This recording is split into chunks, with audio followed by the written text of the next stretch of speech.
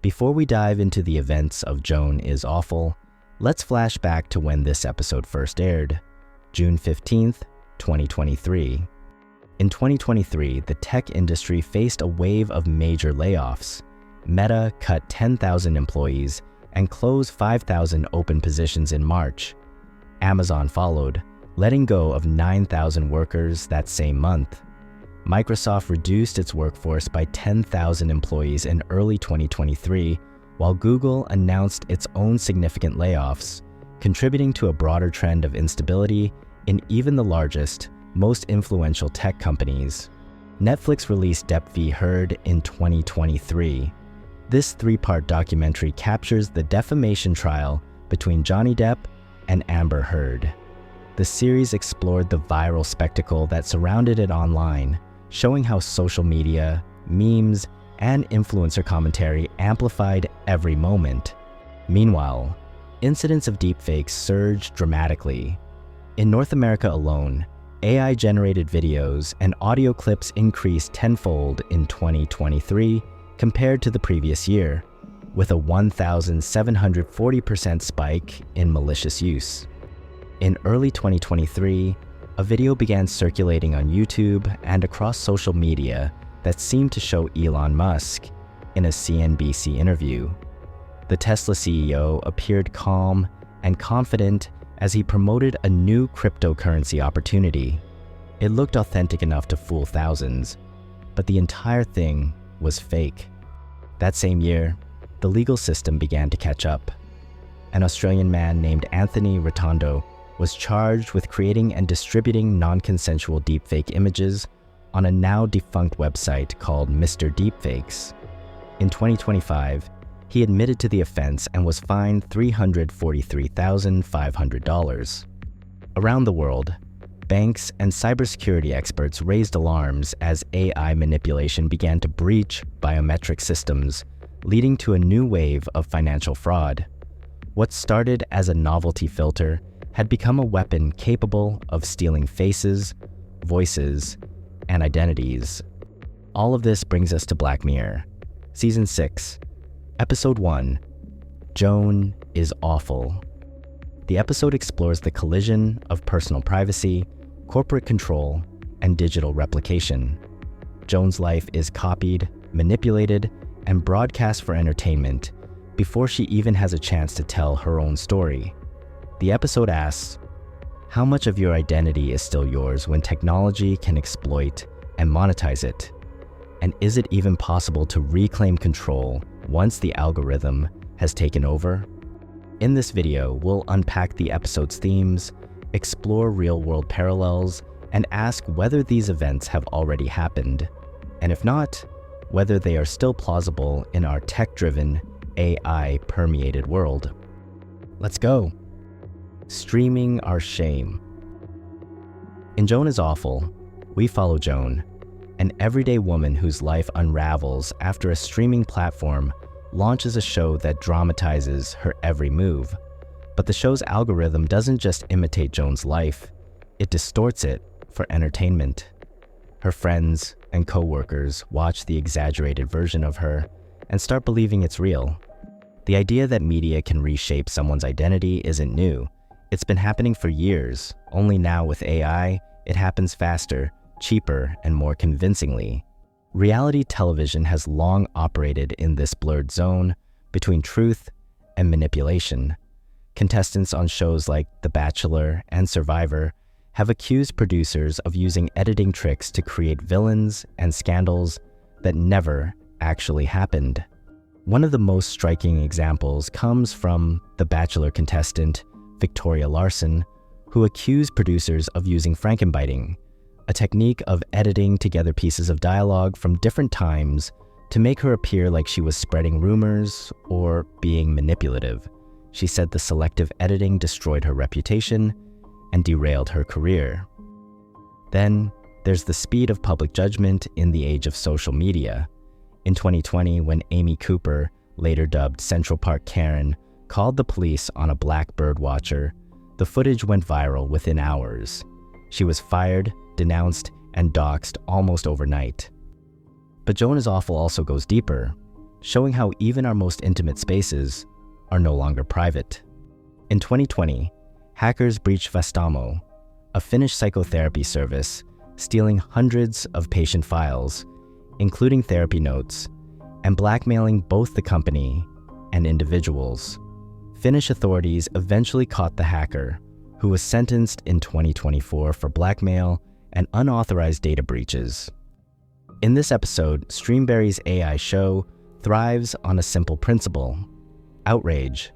They turn Joan's humiliation into the audience's entertainment. The more uncomfortable she becomes, the more viewers tune in.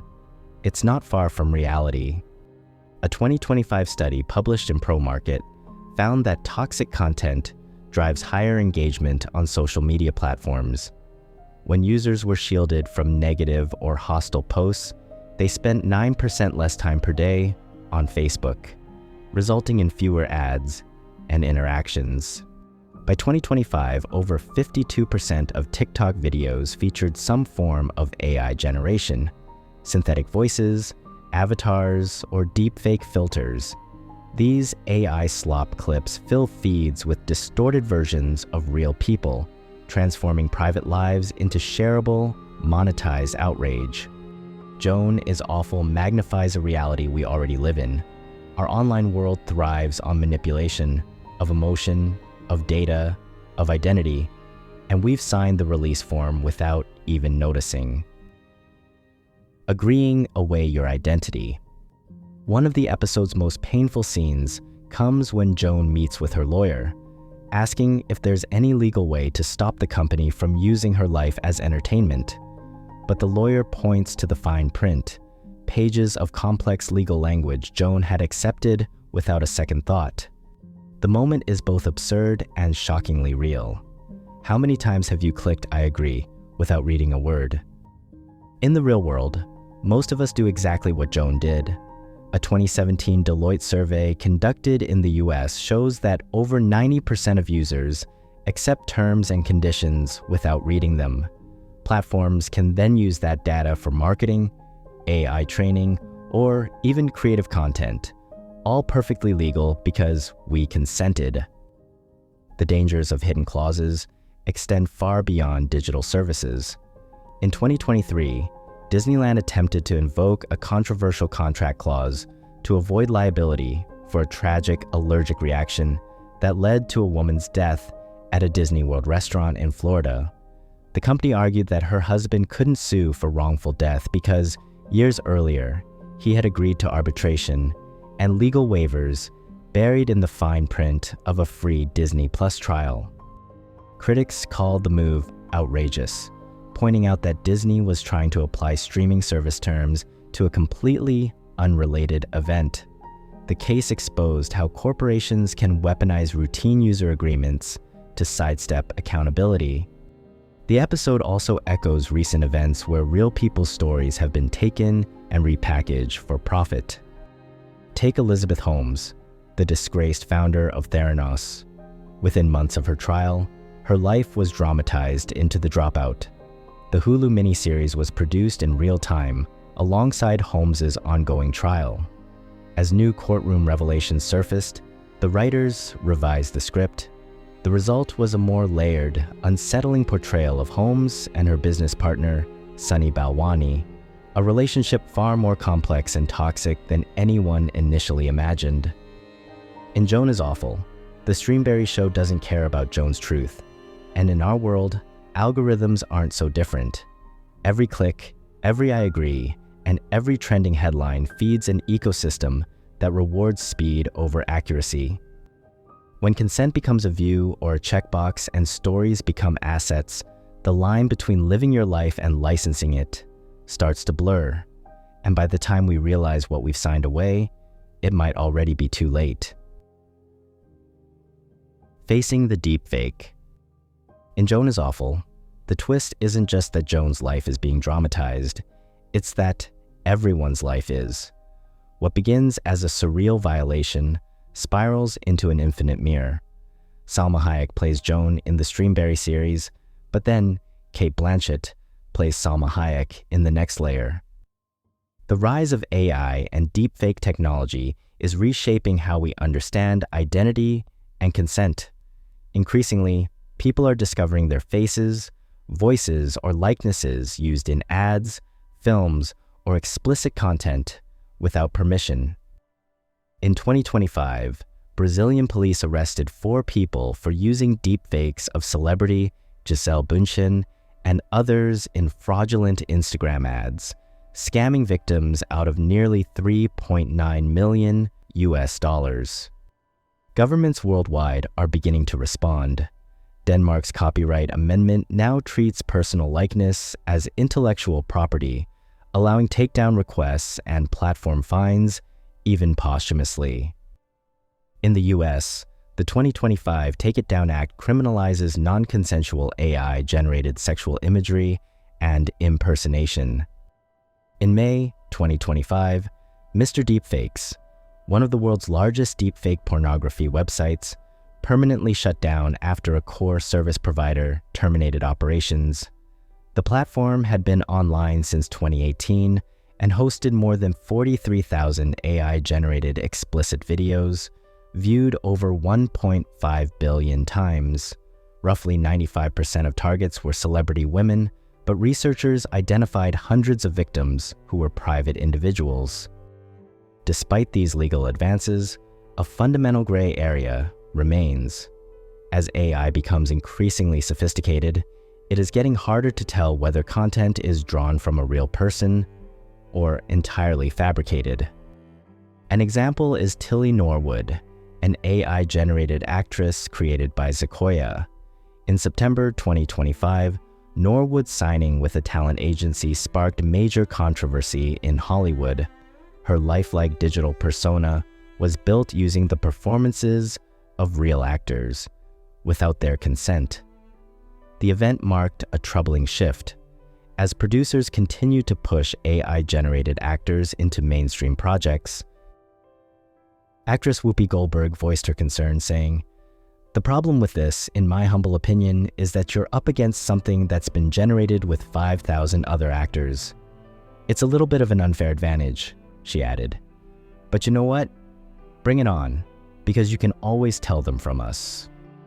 In response to the backlash, Tilly's creator, Aline van der Velden, shared a statement. "To those who have expressed anger over the creation of our AI character, Tilly Norwood, she is not a replacement for a human being, but a creative work, a piece of art." When Joan and Salma Hayek sneak into the Streamberry headquarters, they overhear Mona Javadi, the executive behind the series, explaining the operation.